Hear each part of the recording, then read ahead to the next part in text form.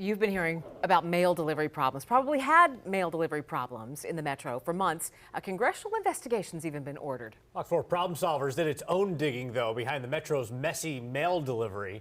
And we're surprised surprised by what we learned. Fox 4 Problem Solver Linda Wager has the details. Next time you see a postal worker, please cut them some slack if they look tired. You'd be shocked to learn the hours they've been working.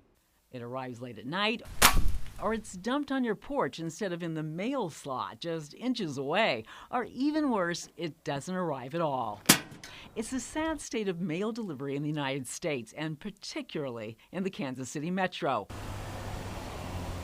Colleen Green gets frustrated every time she sees the postal carrier in her South Kansas City neighborhood. Well, he doesn't bring the mail, or he just walks right past the mailbox when he knows I've got mail in there, and it's been sitting in there for 2 days, and my husband had to call the post office and tell them. Mail delivery has become so erratic that Congress has ordered an investigation, but many at the post office already know exactly what the problems are. There has been times when people will come in, work for an hour, and leave. That's because of working conditions so bad that nearly 60% of new employees quit within the first year. That's according to this federal audit released in May. The Inspector General's audit found more than 162,000 instances where new employees, called non-career employees, worked more than 60 hours a week. One letter carrier worked 114 hours in a single week. Our contract says you do not work more than 20 hours a week overtime. That's our limit. Tony Robinson, a postal employee since 1985, is also a postal union president here in Kansas City. She says management often ignores the rules and uses and abuses new employees. She said one Northland post office was the most flagrant. I found out that they were working like, I couldn't even, every time I said it to the postmaster, it didn't make sense to me. They were working like 70, 79 hours a week. Unheard of. One young lady said to me, I have a 45-minute drive home. And I'm like, I don't even know how you do it. Working conditions so onerous that employees are more likely to make mistakes, like the one Paula Kingman discovered at her Northland apartment complex. The letter carrier forgot to close the doors after depositing everyone's mail inside this cluster box. Wide open, both doors on one side. The vast majority of those overworked postal employees are new employees.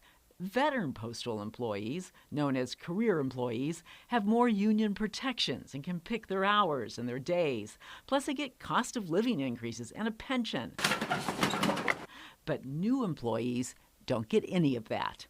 One former letter carrier told Fox 4 that she regularly worked a 16 to 17-hour day and often would work 2 weeks straight with no days off. She quit after 4 months. According to this audit of multiple postal operations across the United States, 17% of those interviewed said they worked more than 12 days in a row. One carrier worked 35 days without having a single day off. Mark Diamonstein, president of the American Postal Workers Union. But they can't keep people if you don't treat them right, if you don't train them right. So what's the answer? The USPS says it's making changes. It started allowing some post offices to hire people as career employees instead of making them work 2 years before becoming eligible for that position.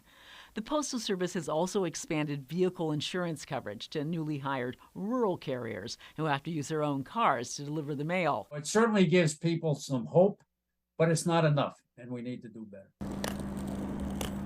Among the changes, this union president wants to see more training of new employees and additional steps taken to limit excessive overtime. That's something the Postal Service says it's working on. A Kansas City postal carrier says what the Postal Service really needs is to develop a better website so it's easier to apply for the job. He said the job application portion of the current website is difficult to navigate, making it hard to find postings in the Kansas City region.